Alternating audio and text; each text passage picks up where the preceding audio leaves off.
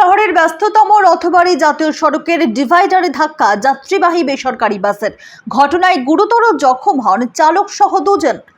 অন্যান্য যাত্রীরা সামান্য জখম হওয়ায় প্রাথমিক চিকিৎসার পর তাদের ছেড়ে দেওয়া হয়। শুক্রবার সকালে ঘটনাকে কেন্দ্র করে ব্যাপক চাঞ্চল্য ছড়ায় মালদা শহরের রথবাড়ি এলাকায়। খবর পেয়ে ট্রাফিক পুলিশ কর্তারা দুর্ঘটনাগ্রস্ত গাড়িটিকে উদ্ধার করে নিয়ে যায়। পুলিশ সূত্রে জানা গিয়েছে, জখমদের নাম তর্জিনা বেবি, বাড়ি মালতীপুর; বাসুদেব কর্মকার, বাড়ি পুরাতন মালদা; সিকান্দার আলী, বাড়ি চাঁচলের সালালপুর।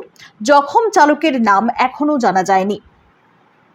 স্থানীয় সূত্রের খবর, এদিন মালদা শহরগামী যাত্রী বোঝাই একটি বেসরকারি বাস রথবাড়ি ঢোকার আগে নিয়ন্ত্রণ হারায়।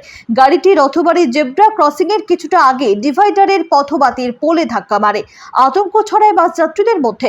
প্রায় 50 জন যাত্রী ছিল বাসটিতে। দুর্ঘটনার জেরে গুরুতর জখম হয়েছেন 3 জন। চালাচ্ছিল গাড়ি, তো আস্তে আস্তে এই রথবাড়ির এখানে মানে কোনো মিস্টেক আছে গাড়ির, বা কোনো কিছু একটা আছে, এই মিস্টেকে ডান দিকে ঢুকিয়ে দিয়েছে।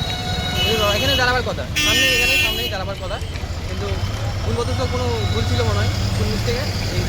কতজন যাত্রী ছিল বাসে? মোটামুটি হয়ে গেল মনে হয় 150 জনের মতো। 150?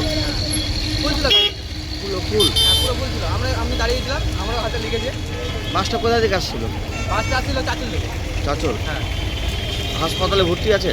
হাসপাতালে 2-1 জন ভর্তি আছে, আর নর্মালি সবাই ঠিক আছে মোটামুটি। আপনি কোথা থেকে আসছিলেন? আমি আসছিলাম শিক্ষামহল থেকে। গাজল? শিক্ষামহল, এই যে আপনার রাইট মাইলের পাশে। প্রাথমিক চিকিৎসার পর ছেড়ে দেওয়া হয় সামান্য আহতদের। গুরুতর জখম 3 জন বর্তমানে মেডিকেল কলেজ হাসপাতালে চিকিৎসাধীন। মালতীপুর থেকে আসছিলাম বাসে করে। তারপরে আসছিলাম, গাড়িটা রেঞ্জে চলছিল, দিয়ে যখন এই অ্যাক্সিডেন্টটা হয়ে গেল। কোথায় ওটা?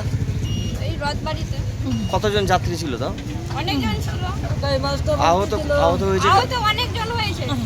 কি নাম আপনার? হাসিনা। আর আপনার মায়ের না, এটা আমার বোন হয়। কি নাম? ট্রাফিকের ওখানেই? তাহলে ওখানেই যাই। কেউ আহত হয়নি আপনি ছাড়া?